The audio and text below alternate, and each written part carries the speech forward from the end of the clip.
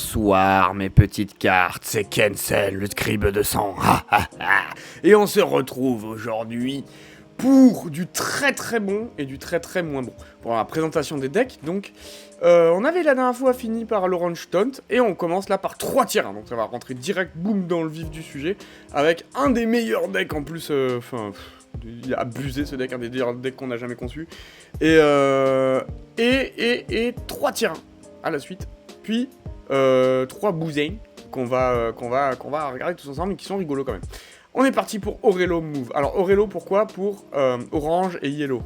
Orange, Yellow, Aurelo. Aurelo Mox. Alors, le principe du vert orange, donc le vert c'est que ça bouge, et le orange c'est le body. Donc plus ça bouge, plus il y a du body. Voilà, vous avez compris le deck. Allez, suivant, deck suivant. Non, je déconne.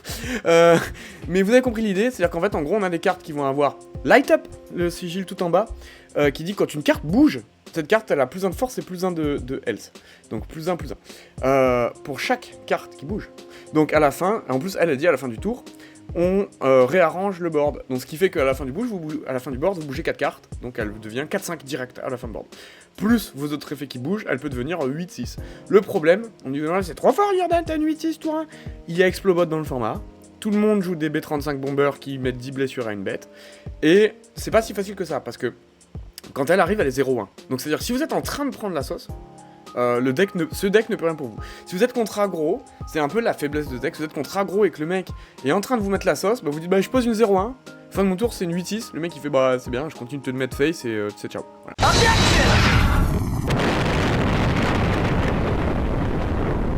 Après, on a la carte qui parle, qui est la raison pour laquelle on joue ce putain de deck orange, et Esperanza est mon personnage préféré d'inscription, si vous voulez savoir lequel c'est lui.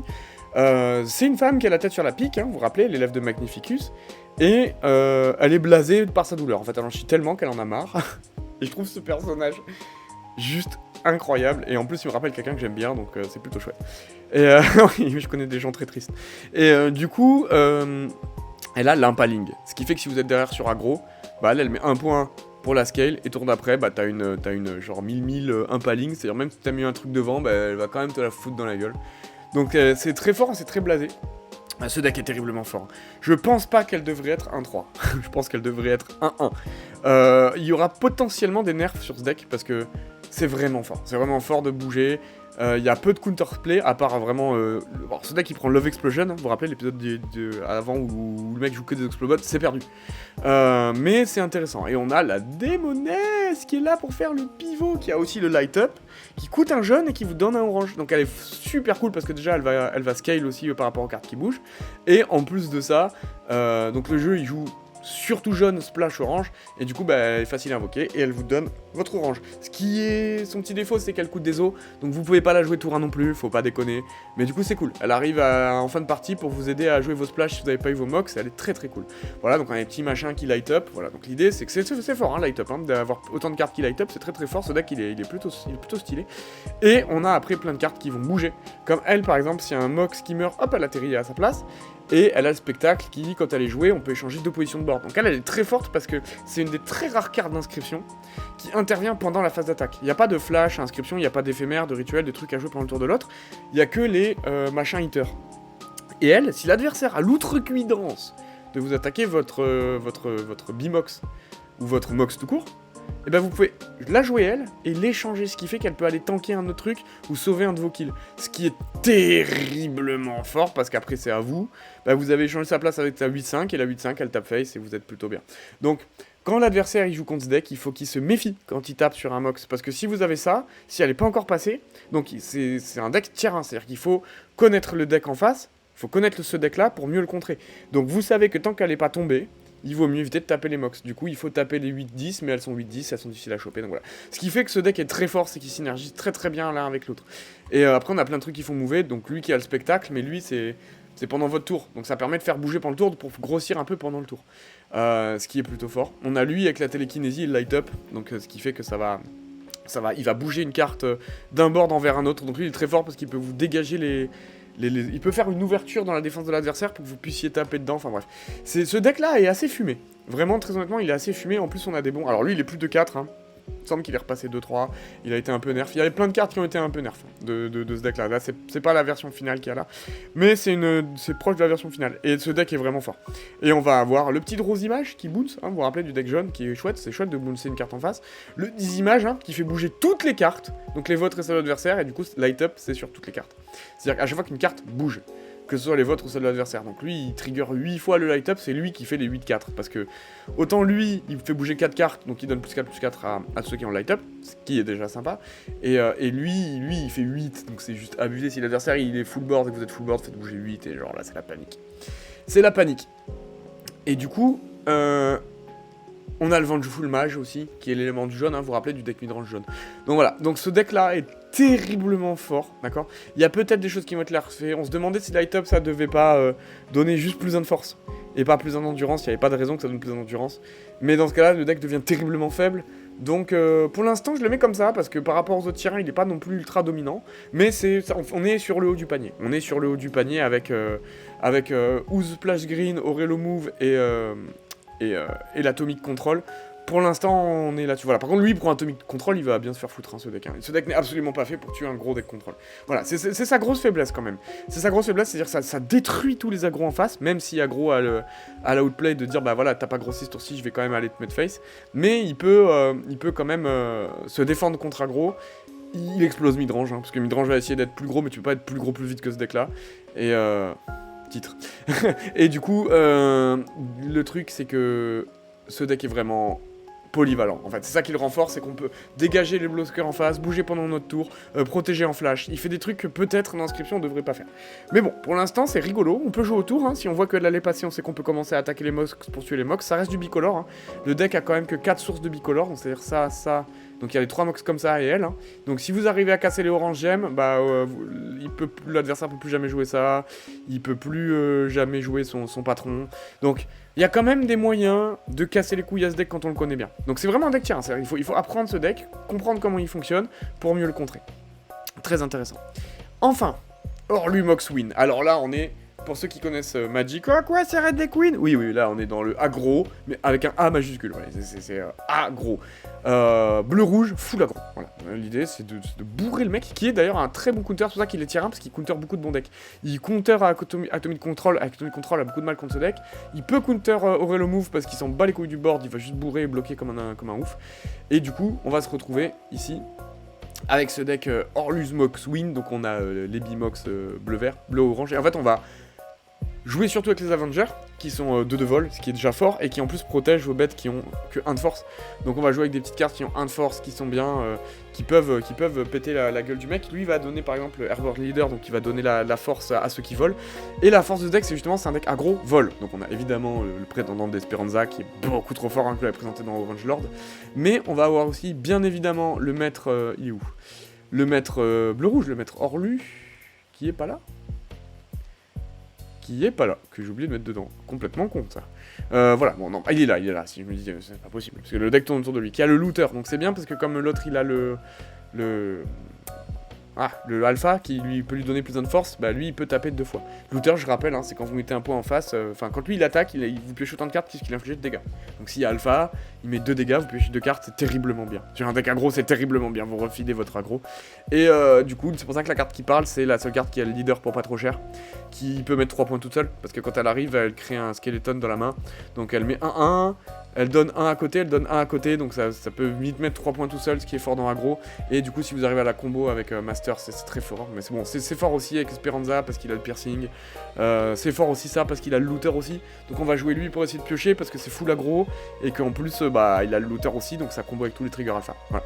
Ce deck est vraiment fort, c'est un bon deck aggro, donc on a des petits machins qui volent, qui vont chercher des gemmes, et du coup il fait beaucoup de value, donc même contre les decks contrôle, une fois que votre sauce d'aggro elle est passée, voilà, lui on le joue juste parce qu'il a l'Airborne Leader, bah ça permet de faire des petites choses, quoi. Donc voilà, c'est un très bon deck, vous voyez, avec le Overmarch qui a aussi le Airborne Leader, voilà, donc c'est très bien, c'est très bien. Si la police est bizarre, hein, sur ce sigil, Airborne Leader, c'est parce que c'est un des tout premiers qu'on a fait et que j'avais pas encore les outils pour les écrire bien comme il faut, j'avais pas encore décidé, il y a encore le mot power, vous voyez, alors que maintenant je suis passé à strength pour respecter le jeu de base, enfin voilà. Donc il y a plein de plein de petits machins en plus, voilà, le Orange Friends qui vole et qui peut donner les Bimox. Donc il y a les 3 Mox, plus lui qui pour un bleu peut donner du orange et on joue side bleu.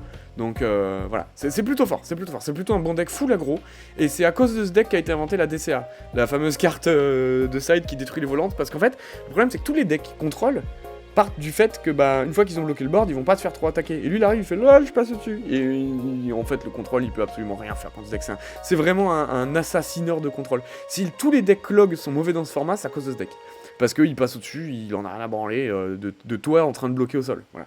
C'est pour ça que Leap contrôle, c'est très bien parce que tous les Leap bloquent le vol. Par contre, voilà, ce deck-là ce deck-là, il tombe contre le deck Leap, il a perdu instantanément. Genre, on range le deck, on passe en face à la 2, on side, et c'est pour ça qu'en side, on a des trucs un peu différents qui vont nous permettre de passer quand même un peu au sol de temps en temps. Voilà. Et on va arriver sur le troisième deck. Le troisième deck tier 1 qui, alors lui il est tier 1. Lui il est tier 1 depuis Bropossum. C'est un deck de Bropossum, mais c'est aussi un des trucs les plus forts à faire dans le jeu de base, c'est Ouroboros Abuse. C'est dans le nom, on va abuser de la carte Ouroboros, hein, donc, que vous connaissez tous extrêmement bien, parce que c'est la base d'inscription, voilà. Et on va essayer de le faire ramper à l'infini, donc on joue des trucs de sang, des trucs qui tuent une bête sur notre board pour gagner, pour que cette carte ait plus d'endurance. Voilà, donc on va jouer des trucs qui vont faire en sorte de tuer notre propre bête, puis de grossir derrière. Voilà. Donc, et derrière, on joue quand même des kills de sang. Donc c'est vraiment un deck combo. Ça c'est vraiment, vous voyez, c'est le cas de combo. Combo, parce que c'était pris pour contrôle déjà. Donc voilà, on va faire des combos à l'infini. Il y a un Child 13 Vanilla, parce qu'on est repassé à Child 13 Vanilla dans ce format. Il joue en Vanilla, en gros ça veut dire il marche comme dans le jeu de base. Et du coup, voilà, on a des chats à l'infini, il me semble, voilà. Je joue pas le Mechanicat, mais je devrais. S'il est là, le Mechanicat qui est trop fort, le robot qui est trop fort. Donc en fait l'idée c'était d'arriver tour 6, faire Ourobot, je sacrifie Ouroboros, je joue Ouroboros, je sacrifie Ouroboros avec lui, je joue Ouroboros, je sacrifie Ouroboros avec lui, je joue Ouroboros. Voilà, vous avez compris l'idée. Petite référence au let's play de Bob Lennon. Et on a l'Ourobot, c'est un des seuls decks qui joue l'Ourobot. Parce que du coup ça fait plein d'os et c'est trop bien d'avoir un Ouroboros. Alors, je rappelle quand même la règle. Chaque Ouroboros se farme séparément. C'est pas parce que vous farmez celui-là que celui-là il va prendre de la force, bien évidemment, sinon ce serait complètement craqué. Mais voilà, on retrouve le cafard qui a été banni dans Bropossum à cause de ce deck. Et là, on peut le jouer dans ce format parce que ça va, il y a 3 os, il y a Ourobon, je pense même que Ourobon est meilleur, donc c'est les 2 seules cartes os quasiment, les autres c'est pour de la draw.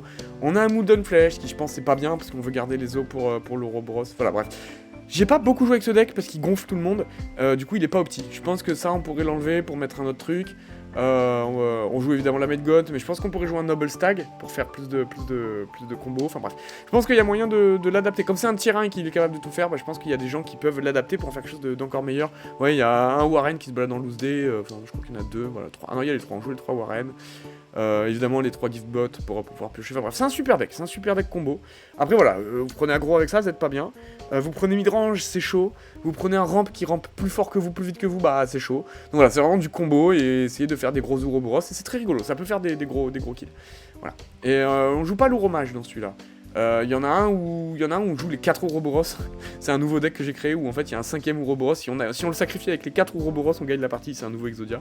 Enfin, une espèce de condition de victoire rigolo. Mais il faut les 4 Ouroboros quoi sur le board. Donc le mage, l'énergie, l'os et voilà. Bon, bref, mais c'est un peu chaud à faire en vrai. Voilà, donc c'est plutôt rigolo. C'est un deck qui est très très fun à jouer. C'est un peu chiant à être en face, hein, comme les decks combo. Hein. Ça, de toute façon, même si inscription c'est pas des combos qui durent 20 000 ans, c'est quand même chiant de voir un mec faire je sacrifie Ouroboros, je joue Ouroboros, je sacrifie Ouroboros, je joue Ouroboros. Ça pendant 5 minutes, on a envie de mettre des tartes. De toute façon, moi j'aime pas le joueur de combo pour ça. Salut joueur de combo, cette vidéo vous êtes dédicacé. Les mecs, vous savez, à Magic là qui joue Storm, ils vous regardent, ils vont t'es venu jouer à un tournoi pour jouer aux cartes avec des gens, ben moi non. Moi j'aime bien jouer tout seul avec mon deck, donc tu vas me regarder faire mon combo pendant une demi-heure, d'accord? Et à la fin je te tue. Et si t'as pas bien sidé contre moi, tu savais pas que t'allais jouer le deck ce soir, et bah t'as perdu. T'as vu, on s'est bien amusé, hein. Voilà. Je déteste les joueurs de Storm. Que ce soit bien clair. Et pourtant j'adore jouer Storm. Je sais que c'est trop cool de jouer Storm. Mais genre, en vrai, je rigole hein, quand je dis je vous déteste. J'aime bien hein, jouer Storm, il n'y a pas de souci. J'ai joué à Pokémon TCG moi aussi. Si vous aimez Storm, jouez à Pokémon TCG. Pokémon TCG, c'est vous arrivez, vous stormez comme un connard pendant un tour, vous installez votre board. L'autre en face, il arrive, il storme comme un connard pendant un tour. Et à la fin, on joue. Alors, pour ceux qui savent pas, je pense que je vais faire une note. Storm, c'est essayer de jouer le plus de sorts possible dans un tour à Magic, bref. Mais l'idée, Voilà, c'est un deck Storm, il en fallait un, voilà, pour les joueurs un peu relous qui ont envie de faire galérer leurs adversaires, je sais que vous êtes là, j'espère que vous me regardez, ce deck est fait pour vous, on vous déteste, mais venez quand même jouer avec nous. Voilà, non mais en gros, par exemple, le Rolling Moxwin, il arrive, il prend ça, il fait « Oh là, tu joues Storm, bah moi je te tue tour 3 et tu peux rien faire. » Voilà, bref. Storm, les decks combo, de toute façon, c'est tout ou rien. C'est soit vous êtes un très bon match-up pour l'autre et vous le démontez et le mec il peut rien faire, soit vous prenez votre pire match-up et vous pouvez rien faire. C'est ce que j'aime pas trop dans combo, c'est que c'est très clivant. C'est pour ça qu'on a un gros side aussi, avec plein d'outils de contrôle pour pas trop prendre la sauce face à aggro. Voilà. C'est pour ça qu'on a joue aussi ça, l'amigal, ça calme un peu le jeu, ça. Ça, pour aller tuto, c'est une 1-5 quand même. Enfin bref, voilà. On a quand même le Rabbit Skull, où on peut quand même mettre une 2-2 assez vite. Enfin bref, voilà. Donc on a quand même un moyen de se battre contre aggro. Mais bon, voilà, c'est chaud. Et du coup, ces 3 decks sont vraiment très forts, vraiment très très forts. Lui, il est un peu moins fort. Il est un peu moins fort que c'est par exemple pour l'instant, c'est un des pires tier 1.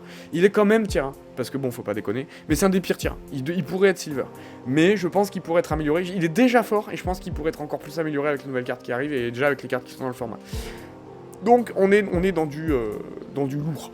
On va arriver maintenant, cette vidéo va s'appeler Ouroboros, parce qu'on arrive sur 4 decks Ouroboros. Ouais, je suis désolé, on a fait beaucoup de decks Ouroboros, mais vous allez voir, ils sont tous un peu différents. Et ils sont surtout pas aussi forts que le classique.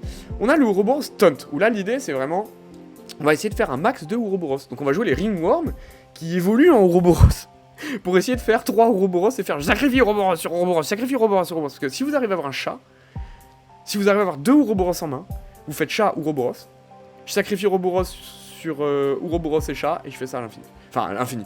9 fois, parce qu'après le chat il se transforme en 3-6. Et 9 fois, bah, vous avez une 9-9 et une 3-6 sur le board en un tour. Voilà. Donc l'idée c'est de taunter avec les cartes de taunt que j'avais présentées dans la dernière vidéo, hein, donc vous les connaissez maintenant. Donc ce qui veut dire que l'adversaire il va attaquer.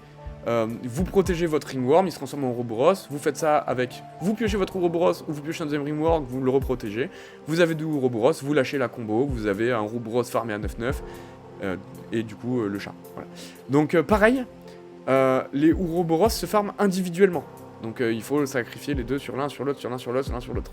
Ils se copient pas, voilà. C'est 2 cartes séparées, c'est toujours 2 cartes séparées, d'accord. Donc c'est un peu moins fort que ce qu'on a l'air, mais c'est quand même sympathique. C'est quand même bien sympathique si vous avez du coup une 4-4, pardon, pas une 9-9, une 4-4. Mais vous avez 2 4-4, donc vous avez le 3-6, une 4-4, et vous pouvez jouer un autre Ouroboros. Donc évidemment il y a Spooky Mike pour donner le sigil de l'Ouroboros à quelqu'un d'autre, donc c'est vraiment abusé pour donner le sigil de l'Ouroboros, voilà. Donc c'est un deck un peu sympa. Vous voyez, il y a le Child 13, mais il est plus comme ça, hein. Il est vanilla maintenant, il est revenu à la vanilla. On l'a un peu up, parce que c'était de la merde, et on retrouve notre bon vieux Rude Aristocrate, voilà. Donc vous avez compris le concept du deck, qui est plutôt sympathique. On est sur un truc un peu plus interactif que celui d'avant. Vous voyez, d'ailleurs, il est ramp combo, celui-là, parce que on est vraiment dans le fait, j'essaie de te protéger. Ah bah non, je t'ai tué, je t'ai mis le bot, ah, enfoiré, faut que j'arrive à le ranimer avec mes combos, avec l'amib. J'arrive à reprendre mon sigil d'Ouroboros, il y a Spooky Mike, enfin bref, voilà. On peut jouer. Ce deck-là est un peu plus sympa, parce qu'on peut jouer. On a l'Ouromage Abuse, où là j'ai essayé de monter un deck avec l'Ouroboros Mage, parce que l'Ouroboros Mage, je vais trouver une illustration maintenant, vous allez voir une illustration stylée dans la nouvelle mise à jour, où en fait, il coûte 0 en fait techniquement, c'est-à-dire qu'il coûte 3 mox, mais si vous avez le mox sur le terrain, vous pouvez le sacrifier à l'infini. Donc l'idée, c'est de, pareil, lâcher un gros combo avec Child 13 Ouroboros, et c'est le même combo que tout à l'heure, c'est-à-dire je joue Mox, le Trimox, d'accord, hein, par exemple celui-là, voilà, je joue le Mox Max module, donc j'ai mon Trimox, Child 13, Ouromagus, et je sacrifie Ouromagus pour Ouroboros, je sacrifie Ouroboros pour Ouromagus. Ce qui est difficile dans ce deck, c'est qu'il faut tuer l'Ouroboros. C'est pour ça qu'on va avoir beaucoup plus de chats, beaucoup plus de sang, donc le combo est beaucoup plus boiteux que ceux d'avant. Ce deck-là, en vrai, est vraiment un des pires. Mais je pense qu'il y a vraiment quelque chose à faire. Parce que, bon, t'as le jouisseur aussi, hein, qui peut détruire le Ouroboros, qui est nécessaire à la combo. Mais ce qui est bien, c'est que cette combo, elle peut sortir assez vite, genre tour 3. Tour 3, vous mettez votre module, et boum, ça part en couille. Et du coup, bon, c'est plutôt sympa. Ça peut marcher. Alors, je suis sûr que ça peut marcher tour 1. Vous faites ça. Du coup, vous pouvez jouer le mage. Ah, il n'y a rien pour sacrifier l'infini. Mais bon, ça peut partir tour 2, tour 3 assez virulemment. Et du coup, on a aussi le good stuff. Le good stuff du deck que je vais vous présenter, de la housse, là, avec le vert qui aide au sang pour réduire le coût du Ouroboros pour qu'il soit plus simple à jouer. Et évidemment, après le good stuff dans les tricolores, donc on a un Master Bleen, on a un mage bleu, voilà, on va avoir des petits trucs un peu sympas. Ça, c'est pour ce deck. je vais pas m'étendre dessus parce que vous commencez à comprendre le concept. Hein. Ou Explose. Et ça, pareil, c'est Love Explosion. C'est l'ancêtre, le très vénérable ancêtre de Love Explosion. Où l'idée, c'est de farm Ouroboros en le faisant exploser avec un coup de centrale nucléaire, un coup de Explobot. C'est juste qu'on joue pas le combo avec The Lover. Là, la carte qui parle, c'est un Blue Bot qui explose. Donc, c'est un Gamblobot. Qui a le True Power Dice, donc comme le Gamblobot Vanilla, c'est-à-dire vous payez une énergie, vous roulez un D6 et ça devient sa force. Ce qui est pété, hein, on est d'accord, ça peut mettre des grosses claques, et quand il meurt, il explose, donc vous pouvez gérer un truc en face, et comme vous avez Ouroboros à côté, bah il meurt, il se farm, et c'est plutôt chouette. Voilà. Donc ça c'est un deck qui est orienté un peu plus contrôle, voilà, je l'ai mis ramp contrôle. Donc l'idée là, c'est un peu plus de contrôler, hein, c'est un deck contrôle avec l'explosion qui est plus fort, vous voyez, il est silver parce que c'est quand même fort, hein, les decks qui contrôlent à coup d'explosion, ça fait bien chier beaucoup de decks, hein, comme vous avez pu le voir, et derrière, bah, le kill c'est Ouroboros, et du coup c'est rigolo pour les gens qui aiment bien tuer avec Ouroboros parce que ça peut grimper à l'infini, voilà. Après, ça a des faiblesses. Le zombie pack. Alors, c'est un gros deck de merde. J'ai tout fait pour ce deck. J'ai tout fait pour faire en sorte que le tribal zombie soit fun. Et malheureusement, comme vous pouvez le voir, ça reste un deck tier 3 de merde là, alors que je leur ai donné une putain de carte qui parle de la mort qui tue. Donc la carte qui parle est trop fort, et vous allez vite comprendre. Alors je vais vous montrer un petit zombie pour que vous compreniez, voilà, le zombie de base. Donc on peut en avoir 6 dans le deck, je suis même pas sûr que j'en joue 6 dans le deck, mais j'étais pas sûr que d'avoir assez de cartes avec la pack, donc j'ai mis l'abondance sur ce deck. Sur ce zombie, donc vous pouvez jouer une armée de zombies en fait, et les zombies c'est comme les fourmis, il va pouvoir égaler le nombre de zombies en jeu. Donc c'est un deck fourmi, mais basé plus sur le cimetière. En fait les fourmis, vous vous rappelez, c'était une balle quoi, c'est-à-dire je mets tous les fourmis, je te bourrine, et si tu me tues mes fourmis, j'ai perdu. Là c'est plutôt, on va être sur une aggro, sur un midrange quoi, d'accord, vous voyez, c'est-à-dire qu'il est très midrange, et ça c'est cool, c'est un true midrange, c'est vraiment, on joue vraiment midrange de chez midrange, et l'idée c'est, bah on joue plein de zombies, de ramener plein de zombies, et plus elles sont fortes, plus ils sont... Donc au début ils sont faibles tout seuls, et puis plus vous en jouez, plus c'est fort, mais comme c'est des os, c'est dur à jouer, donc l'adversaire, et au fur et à mesure il a une horde qui arrive de plus en plus grande, et quand vous jouez Lord of the Dead, qui est stylé, c'est une carte qui est stylée, je la trouve terriblement classe. Donc elle dit Night of the Living Dead, qui est le sigil, en référence à la nuit des morts vivants de Romero, qui, voilà, vous pouvez jouer gratuitement une carte, vous pouvez ranimer gratuitement un zombie de votre cimetière, voilà. Une carte avec le pack sigil, et on peut le faire une fois par tour. Et il a le bastillon, ce qui fait qu'il est impossible à tuer, donc quand il arrive, bah il prend pas Explobot, parce que si vous lui mettez 10 dégâts, bah il en prend que 5, donc il revit, il faut le taper à 14 pour le one shot. Voilà, donc c'est quand même une carte qui est difficile. Après, il y a toujours moyen de lui enlever ses sigils, de le boon, c'est tout. Enfin, il y a quelques moyens de le gérer, mais voilà, l'idée c'est qu'il arrive et tous les tours il vous ramène un zombie, vous faites manger par la horde de zombies. Alors, ça pourrait être très fun, hein, dit comme ça. Le deck a l'air très fun. Le problème, c'est que vous ouvrez une main avec 3 zombies, ils coûtent 2 os, bah, vous êtes niqué. C'est pour ça que vous avez des skeletons en side board. Et je pense que ça, c'est le premier side qu'on a mis. Je pense que maintenant, il faudrait mettre pas des skeletons, mais des angry skeletons. Que si tu une bête, vous faites un autre 2 de plus, histoire de pouvoir jouer. On a quand même de quoi essayer de ramper, hein, avec les Midwife Frog. On a des meilleures rampes que ça, hein, maintenant. Je pense qu'il faudrait enlever ça, mettre la 1000, vous savez, pour 3 énergies, qui dit vous détruisez vos énergies, vous avez 3 os, qui meulent plus fort, enfin qui rampent plus fort, pour pouvoir jouer les horreurs qui coûtent. Voilà, on a la Zombie Ball aussi, qui invoque des zombies c'est comme la Squirrel Ball, vous savez, c'est quand il bouge d'un côté, il met un zombie... qui apparaît. Enfin bref, c'est rigolo. Le deck zombie est très rigolo. Voilà, c'est fun. Je pense que ça peut être gravement amélioré, hein, parce que c'est bien de la merde. Vous voyez, on joue les smokes, on joue plus du tout les smokes maintenant, c'est devenu de la merde. On va plutôt jouer les Bone Lord Horn ou des trucs comme ça. Enfin voilà, bref. Mais c'est un deck qui peut être amélioré, je pense. Que j'ai rendu fort, que j'ai up d'enculé. Je me suis dit, allez, je vais leur faire une talking digne de ce nom. Mais il n'y a pas de bonne rare. Hein, comme vous pouvez le constater, c'est un peu le problème. Il y en a une, s'il y en a 2, je crois. Il y a lui, le premier à être, The Fear Tracing, le premier à être ranimé. Où en fait lui dit Rise Above the Living, qui dit quand il est joué, vous pouvez jouer n'importe quelle carte qui a le pack depuis votre Graveyard pour gratuit. D'un coup il vous met une sauce. Ce qui est fort, mais bon, c'est 7 os. Hein, 7 os ça se trouve pas comme ça. Et du coup, vous prenez 12, ça fait 4, 4, 4, 4. Mais bon, 7 os, vous avez le temps de voir venir. Hein, l'adversaire en général il bloque.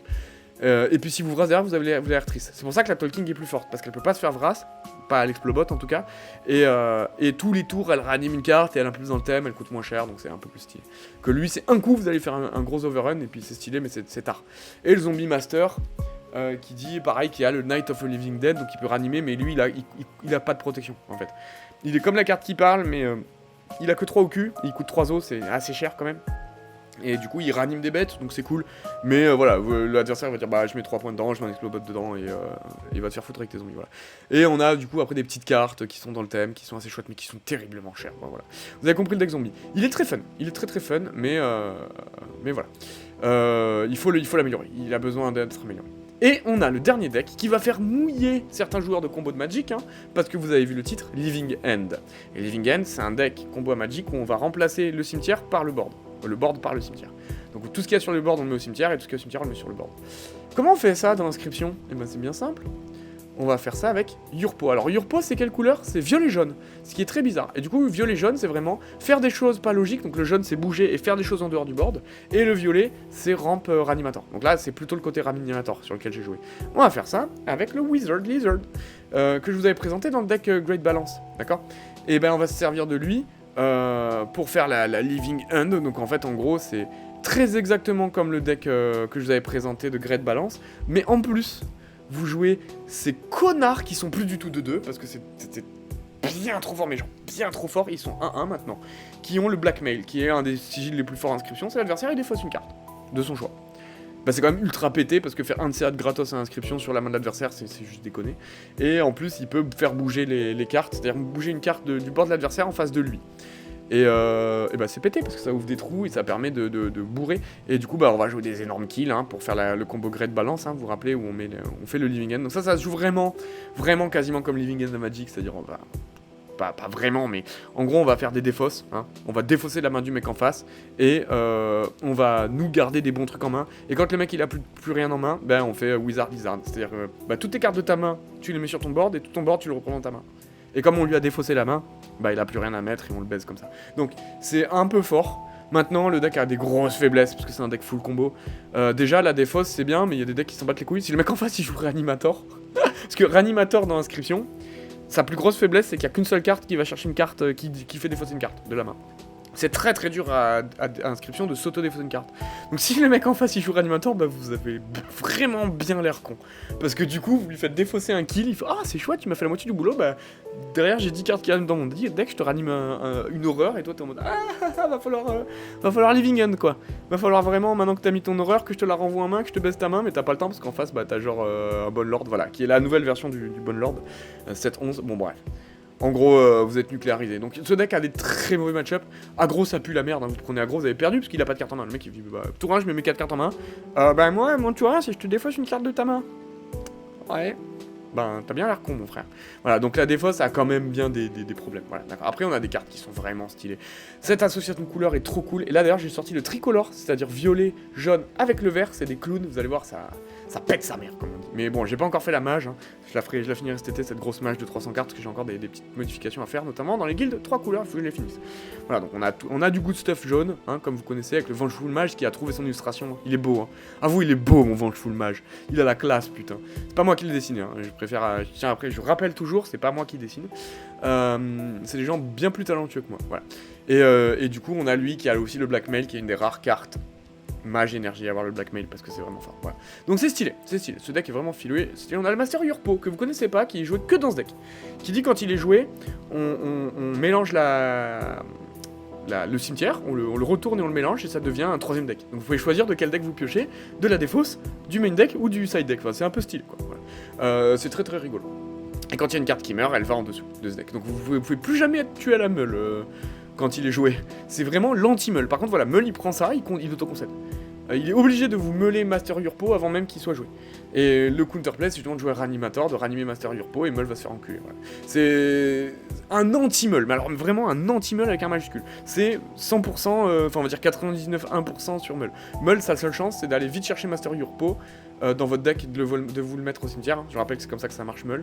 Et de faire en sorte que bah, vous piochez jamais votre record player, quoi, en fait, en gros. Et donc c'est très compliqué pour Meul. Mais bon, Meul, c'est un deck, c'est archiviste, et c'est un deck un peu cancer. Donc si vous voulez contrer les decks contrôle et les decks Meul, tout ce qui est un peu contrôle, Ce deck-là le défonce, par contre, ça défonce contrôle. Faire défausser des cartes, et ranimer, et faire des living ends, ça met contrôle, mais dans l'espace. Parce que contrôle, d'un coup, il va se retrouver avec 1000 trucs à jouer, il va être obligé de jouer ses cartes de sa main, il a peut-être pas envie, enfin bref, voilà. C'est vraiment pété. Et je pense qu'il faudrait mettre un ranimateur dans ce deck, parce qu'on a quand même des salles comme ça, et je pense que ce serait chouette de ranimer un petit peu. Mais bref, voilà, très bon deck, et c'est un des rares decks où on va jouer The Knight, parce que lui, du coup, on va pas le cast, hein, on va directement le poser, et il est très très fort, surtout dans les decks mage, parce qu'il vous fait piocher. Quand il arrive, il pioche 1 pour chaque couleur que vous générez de Mox, donc bah, comme vous générez comme c'est un deck Bimox, il y a une chance, il arrive, on pioche 2, il snap, il met 6 où il veut, il armored, il impale, donc il met 6 sur la bête, puis sur la gueule du mec, enfin, c'est un des meilleurs kills du jeu, mais bon voilà, vous avez vu le coup pour l'invoquer. Donc on joue beaucoup dans les decks Reanimator et combo, parce qu'on cherche à cheater le coup, quoi. Voilà. Ça, c'est pour les decks d'aujourd'hui, donc une vidéo un peu plus courte que d'habitude, hein, quand même, de ce genre 5 minutes, et j'espère vous retrouver bientôt pour la dernière vidéo, un peu plus longue, où on fera tous les decks, mais on passera vite sur les saucisses, parce qu'il y a plein de trucs que vous avez déjà vu, et quand même plein de decks sympas à vous présenter. Et bah écoutez, j'espère que ça vous a plu, on se retrouve la prochaine fois pour l'avant-dernière vidéo de présentation de format, où on va finir les decks, et le petit bonus, il restera le petit bonus à faire avec le Wall of Fame. Ciao à tout le monde, à la prochaine.